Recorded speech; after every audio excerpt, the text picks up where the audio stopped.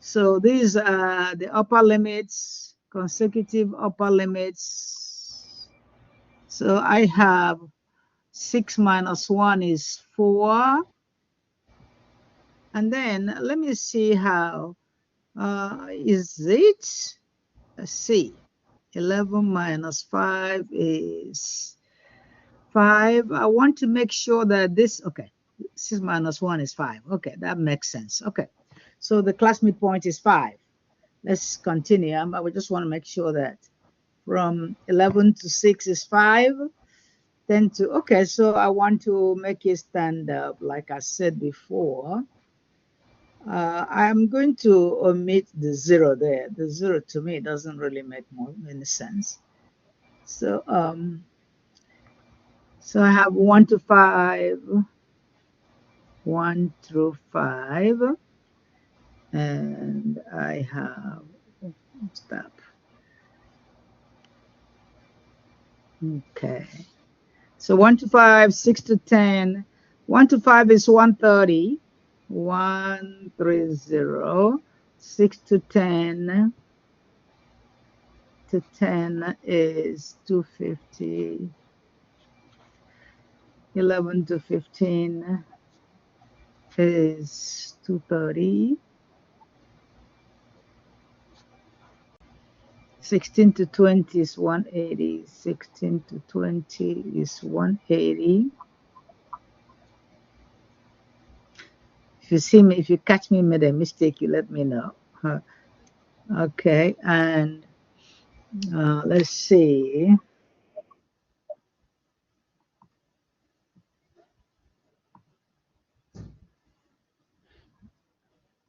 Sixteen to 20, 20 to 25, 100. 20 to 25, 100. I'm doing this because this group data was the mostly failed question in the pretest. So just if you see me doing this again, you know it's because it was the mostly failed question in the pretest. All right, so 31 to 35 is 50. 31 to 35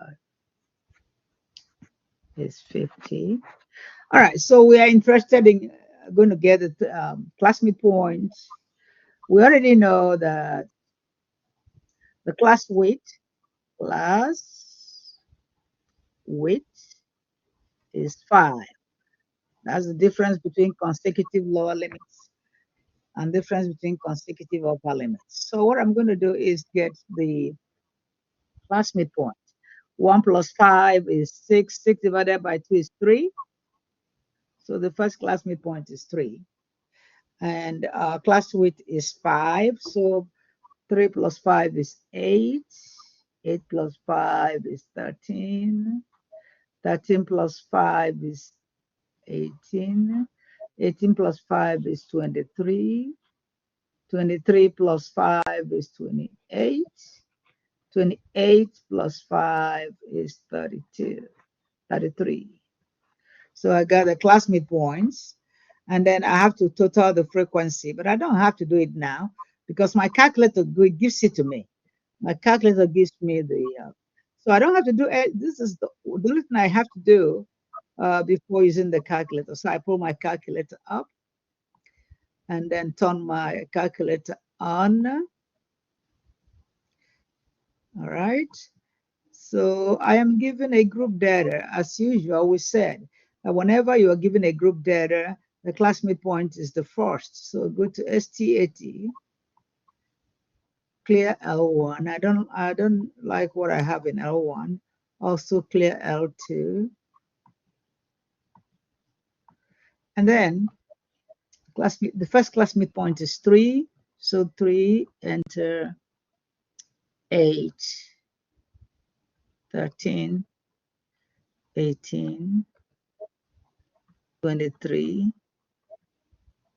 28. What am I doing? Yeah, okay. That's 23, 20, 23, 28, yeah, okay, 33. All right, that was okay. Now the next list will be the frequency. So the first frequency is 130, 250, 230, 180, 100, 60, and 50. When you finish, don't be in a hurry to start. Check that the horizontal line is the same and check there's no weird number. Human beings make mistakes.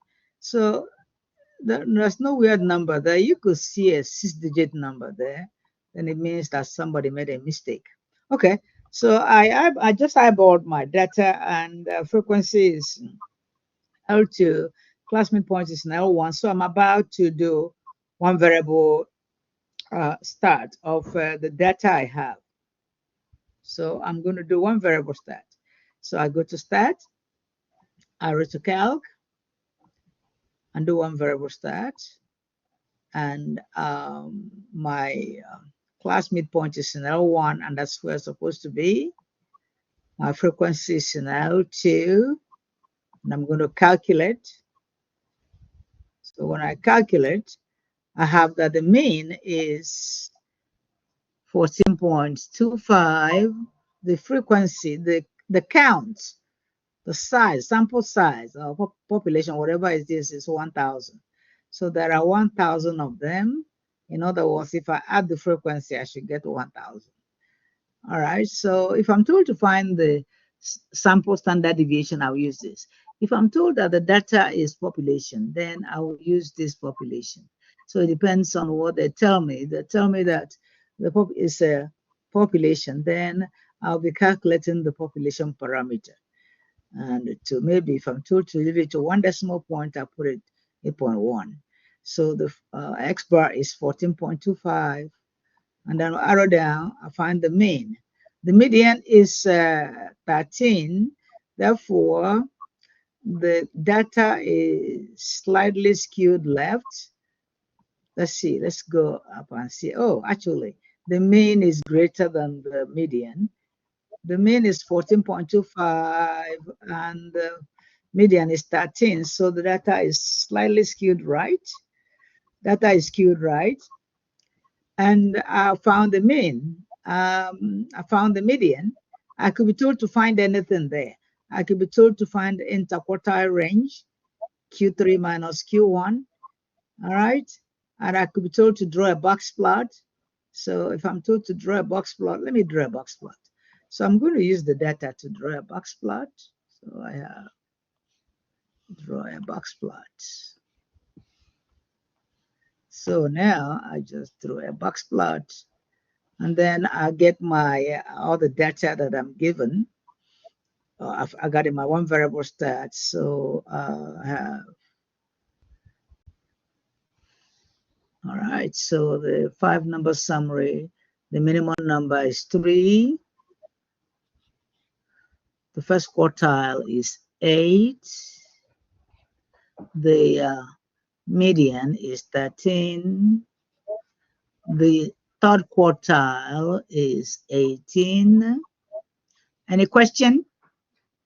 And the maximum number is 33. 3 minus Q1. And so I have 18 minus 8, which is 10. Okay, if I'm told to find the range is 33 minus 3, everything I need is here. Okay, so if I'm told to draw a histogram of the data, I can actually draw a histogram of this data now. Okay, so if I'm told to draw a histogram of this data, what I'm going to do is go to my calculator, even though I know I can draw it by hand. But let me draw a histogram of this data. So I am going to second start plot. Second y equals, select the plot, and I'll arrow down, and I'm going to draw a histogram. So I select histogram, but I got to be careful because My class midpoint is in L1. The frequency is in L2, so I have to be careful that I put in the data the way they are. If you don't, you know what? Your calculator will give you a histogram, but it will give you a histogram of the wrong data. That's the problem. So now we can graph. In fact, when I finish, I will also draw a box plot of the data. See, you can draw a box plot of the data. So you don't have to estimate. Okay, so I'm going to zoom start. Whenever you try to zoom start and you have this argument, it's okay, just use second quit. Then zoom start on the main screen, zoom 9. So that is the, oh, okay. That was a function in my Y1, so I have to clear that function. So I'm going to zoom 9. So zoom 9. But I want you to know that frequency should be closed. They overlap. So I want you to look at this frequency. It doesn't look like a frequency. It looks like a bar graph. I have to make it overlap. Otherwise, that is not a frequency. That's not a histogram. Histograms need to overlap. So what is missing? What have I not done? Why is the histogram looking like a bar graph? All right, so I have to go to my windows, do some corrections there. So the minimum number is 3. The maximum number is actually 33. Let me put 33 there. The X scale is the class width.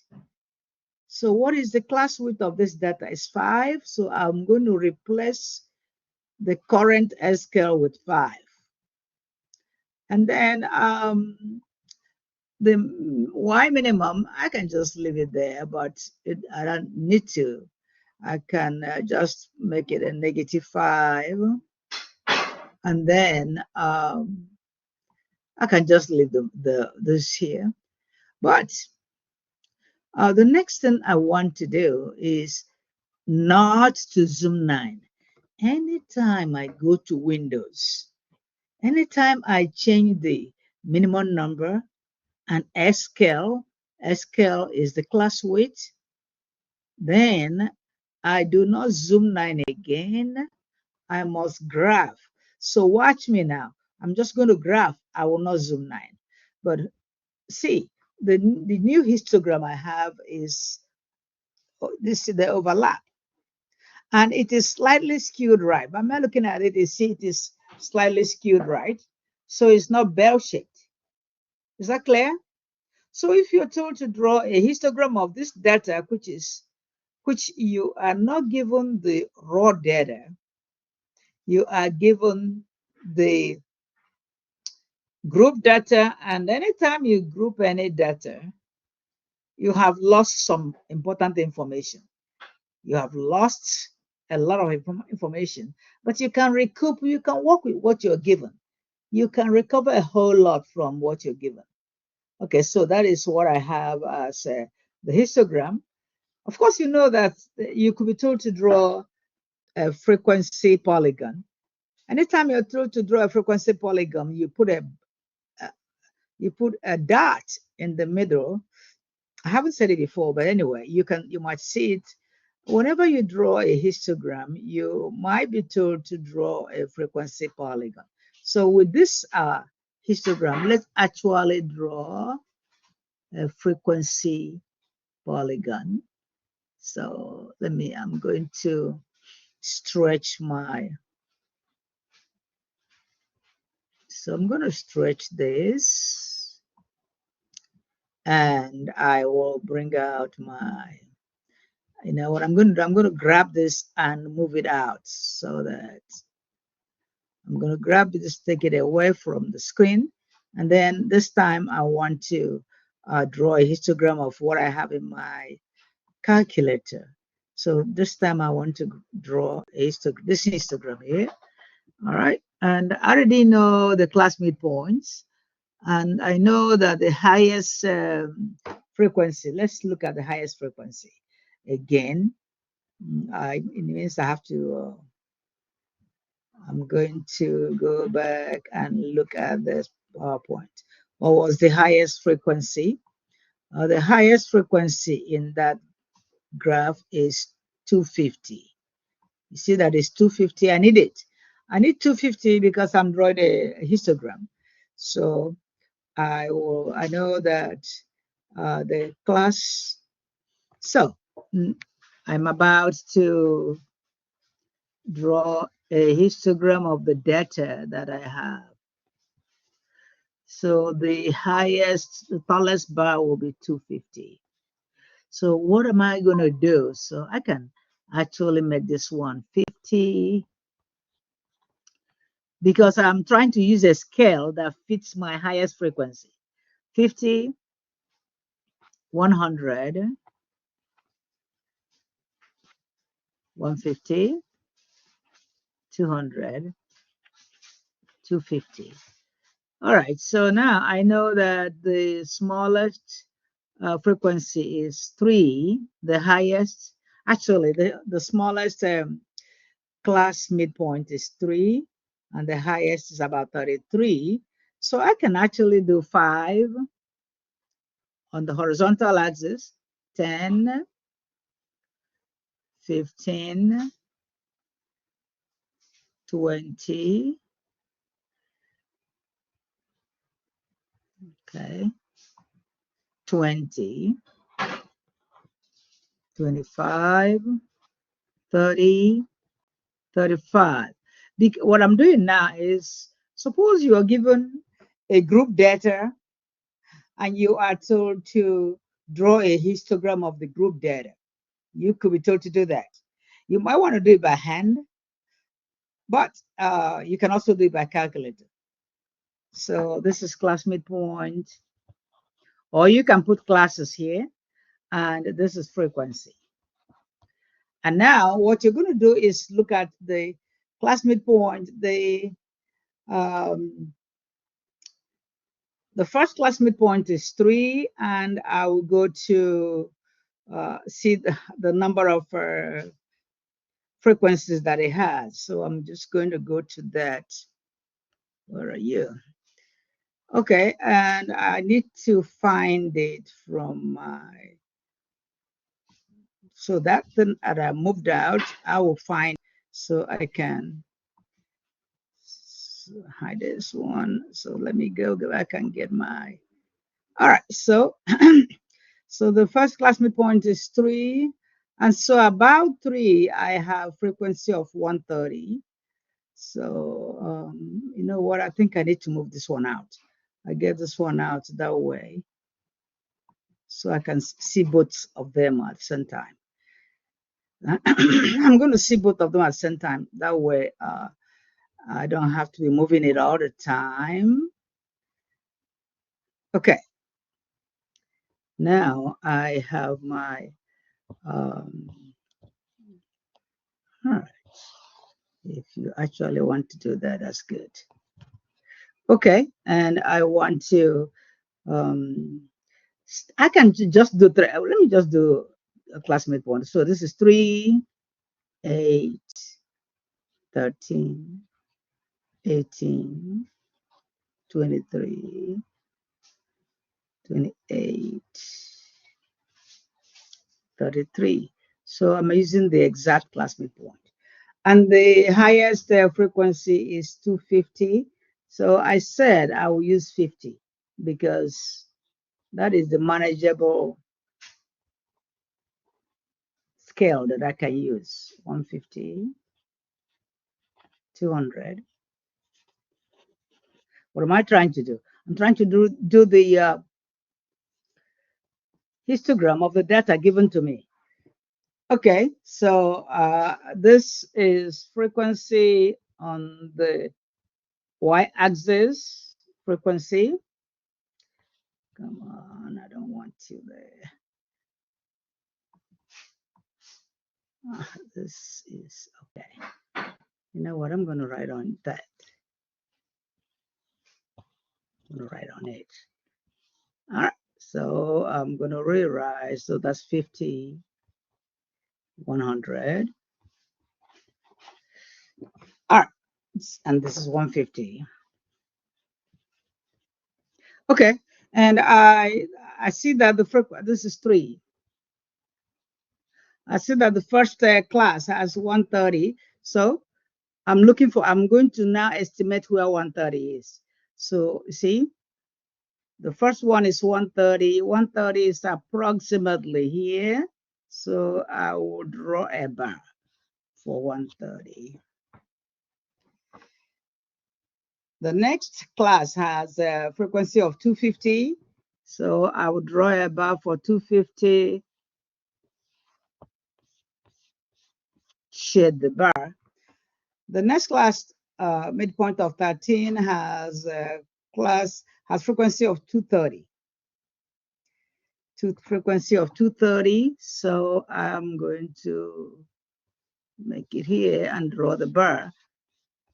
This is a sketch. So, and the next class is 18. 18 has frequency of 180, approximately here.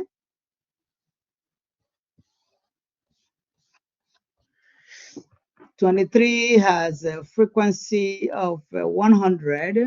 So right here. 28 has a frequency of 60, approximately here.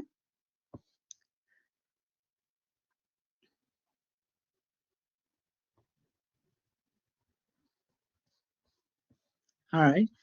And then 33 has a frequency of 50. That's right here. So my data obviously looked skewed right. So this is a histogram of the group data. I did not see the raw data, but it doesn't stop me from drawing the histogram. But anyway, very soon, maybe in a higher class or sometime, somebody can actually tell you to draw a frequency polygon. Whenever you're told to draw a frequency polygon, you mark center. Mark the center of your bar. For each bar, you mark the center. For each bar, you mark the center. Mark the center of each bar. And then connect the bars. Connect the bars with a line. Remember what a polygon is. Remember your geometry from high school. A polygon, actually, some of you still do geometry now. A polygon is a plane figure bounded by line segments. So your frequency polygon must be bounded. Okay, so I'm going to draw a line connecting all the dots that I drew on my histogram. When I finish, the lines will give me a closed figure bounded by line segment. So this is the frequency polygon. Frequency polygon is drawn on a histogram. So anytime you finish drawing a histogram, if you're told to draw it, by the way. So this is frequency polygon. And this is a frequency histogram. Frequency histogram.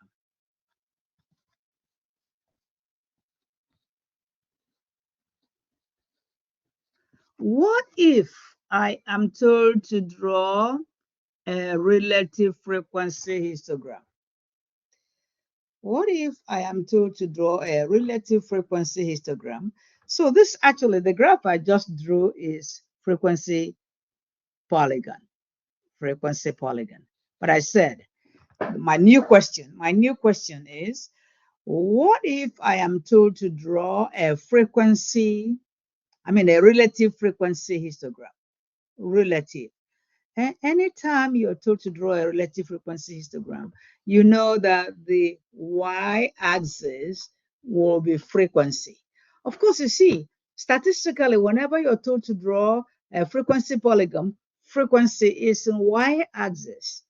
If you're told to draw a relative frequency histogram, then relative frequency is in y-axis. So actually, the name of the graph is in the name, The name of the graph tells you what you're doing. Relative frequency histogram, relative frequencies is on y-axis. Frequency polygon, you just have to finish your histogram and mark center. After you mark center, you connect them. Also, frequency histogram, frequency is in y-axis. Okay, what if, again, that you are told to draw a cumulative relative frequency polygon? Then the cumulative relative frequency is going to be in y-axis. So just know that the name of the graph tells you the level on y-axis. Frequency histogram, frequency on y-axis. Relative frequency histogram, relative frequency on y-axis. Cumulative relative frequency histogram, cumulative relative frequency is on y-axis.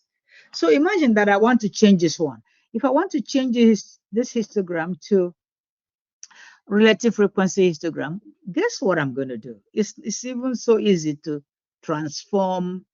If I want to transform an already drawn histogram to relative frequency, watch what I'm going to do.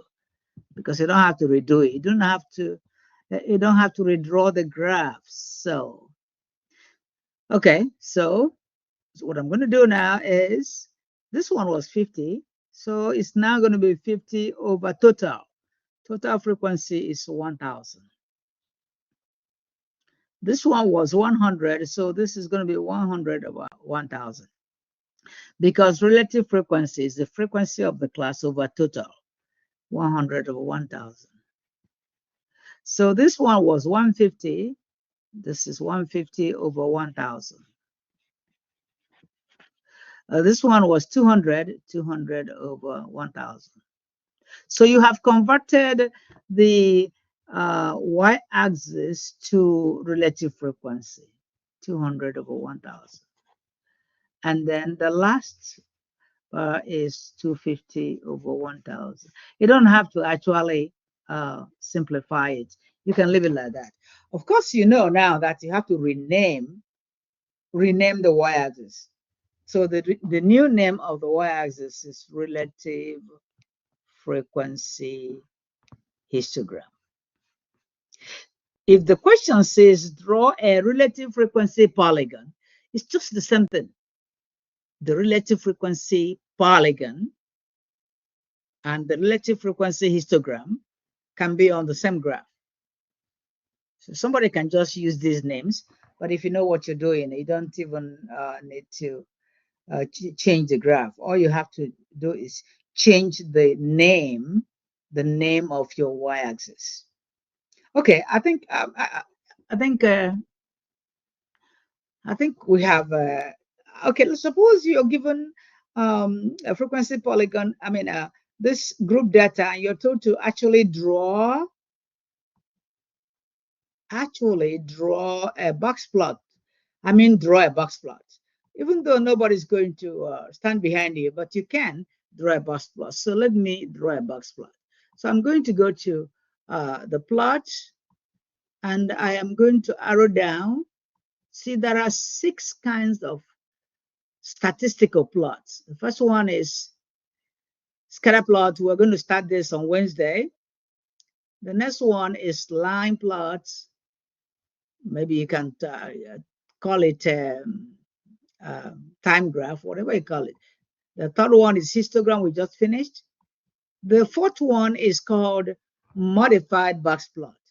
You use modified box plot to find outliers. So in future, which I use modified box plot to find outliers.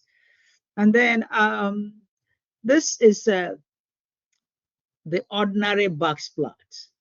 So if you want to use your calculator to draw the ordinary box plot, then you can use this. If you want to, if you're told to draw what is called quantile plot, in future, when we get to unit 4, we can use quantile plots to detect outlier also. So there are 2 statistical graphs that you can use to find outliers. Number 6, the quantile plot, and number 4, the modified box plot. Okay, so I'm about to use my calculator to draw a box plot. So I can do second start plot, and I'll select the first plot, and I'll actually arrow down to plot 5 because I want to select the box plot. All right, so I select the box plot. I must tell my calculator that this is a group data. L1 is class midpoint, L2 is frequency. So now I can zoom 9, zoom. All right, I try to zoom 9, and this squiggle rig will come out again. So second quit, then zoom 9 on the main screen. Now I have drawn a box plot. I can quickly find the 5-number summary here. How do I find the 5-number summary? Push trace, and it tells you the median. Note that this is the same median that we had before. The median is 13. It was 13 when we did it by hand. Arrow to the left to find the first quartile. First quartile is 8, and it is 8 in a box plot now. It's the same as if I go to the left, the the lowest number, which is the minimum number, is 3. If I arrow to the right, I will find the third quartile, which is 18, and the maximum number is is given to you here, 33. And the maximum number is 33. I can be told to find the range, find the interquartile range. Okay, so if you know how to use your calculator, it doesn't matter what you're given, you can unscramble it, show that you understand it. Any question with it? Any question? Is there any question? All right, so let's go back to our PowerPoint.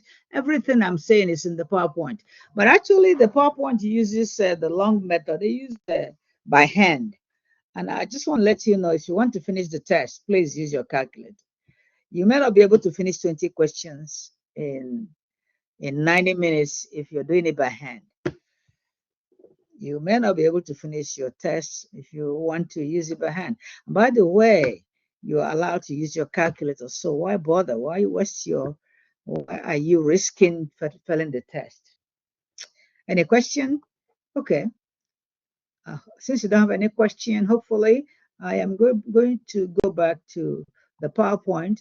I'm using PowerPoint today to show you that everything you did in PowerPoint.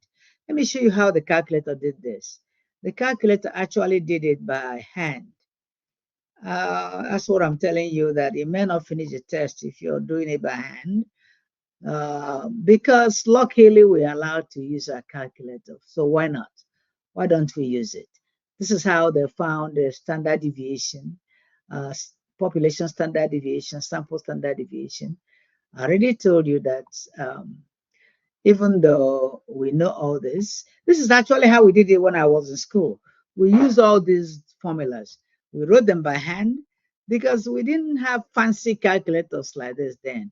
We only had, I don't know the kind we had. I think the only one that has addition and subtraction. So how are you ever going to, everybody uses, did it by hand. And we still finished our test. We still did well. Okay. We talked about Z-score. The reason why I'm showing you this is when I looked at the pre-test, it seemed to me as if some people were not even paying attention. So I just want to let you know that everything we were talking about are your PowerPoint. You see, Z-score, population Z-score, sample Z-score, everything we're talking about. You can use Z-score to standardize. You see, these are questions. From unit 3, from unit 2, there will be Z-score in every test. So in unit 2, there will be Z-score. That time we shall do on standardizing percentile.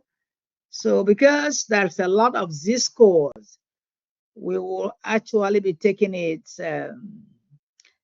easy, so that we will just be doing z-score. Z-score will be in every test. Okay, look at this 7 showed you 5-number summary. Showed you that the first quartile is called 20th percentile. The second quartile is called, actually it's trying to tell you that the quartiles divide the line into 5 equal parts. So from Q1 to minimum number is 25%. From Q2 to Q1 is 25%. So in case anybody asks you what divides the number line into 5 equal parts, it is a 5-number summary, the quartiles actually. So see, from Q1 to minimum number is 25%. From Q2 to Q1 is 25%. From Q3 to Q2 is 25%. From Q3 to, so somebody could ask you, which one divides the data into 5 equal parts of 25% each, and they will put z-score there. They will put so many things there, but you should know it is the quartiles. The quartiles divide a number line into 5 equal parts. Okay, so that the difference between Q1 and minimum number is 25%, and so on, and so on. So there are things we expect you to read in the PowerPoint, and there are things I expect you to that's it.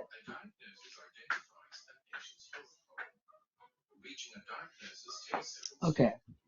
So now the next one is, let me see. Okay, these are raw data. This is a raw, see, this is a raw data, and if you're told to find the mean of this, you still have to put it in. I try not to give large numbers, but if you're given large numbers, you have to do it though. Okay, so this is another set of large numbers, but it doesn't matter if they're large numbers or not. If you're told to find the mean, you find the mean. You have a calculator though. It's not like you're dividing it by hand. You're not doing it by hand. And you could be told to find the interquartile range of the large numbers. We talked about them. So if anybody fails that test that's coming, the test will open by 6 this evening. I was going to open it in the morning, tomorrow morning, but because of those who claim that they go to work, so you cannot say, anyway, I'll write a note. You cannot really say that you go to work. So, by the way, let's actually talk about this, even though you can be told to calculate outlier. You could be told to calculate outlier. Let me just write a formula for calculating outlier. So let's say that outlier, lower outlier is L1. A lower outlier is found by Q1 minus 1.5 IQR. That's a lower outlier. Upper outlier is L2, and that is Q2 plus 1.5 multiplied by interquartile range. So in case somebody tells you to find lower upper outlier, in other words, if you just call it N, then outlier could be, you can just write it plus or minus, but just lower outlier and upper outlier. But another way you can calculate it is use modified bus plots. So this formula is somewhere in your test. And remember that you can watch the author's I might have to show you how to watch author's video, because we still have time. I can show you how to watch the author's video. All right, so box and whiskers, we talked about it. So this is what it's talking about, construct box and whiskers. We talked about it a lot. One thing you need to know is that if the box and whisker is skewed right, then the whisker is longer. Bosk and whisker is bell-shaped, then the whiskers are equal. If the bosk and whisker is skewed left, then the whisker is longer to the left. So there are some things actually, if you read your PowerPoints, you learn without anybody teaching you that. So a longer whisker to the left means skewed left. A longer whisker to the right means skewed right. An equal whisker, bosk and whisker that have equal left and right is for bell-shaped distribution. But anyway, these are small things you can read on your own. If you go to PowerPoint 2, you will see interquartile range. You can see quantitative variable, qualitative variable. You can see, let's go there. That's not, but I said I would like to show you how to. I don't know if any of you know how to watch the author's video, but let me go there. When I go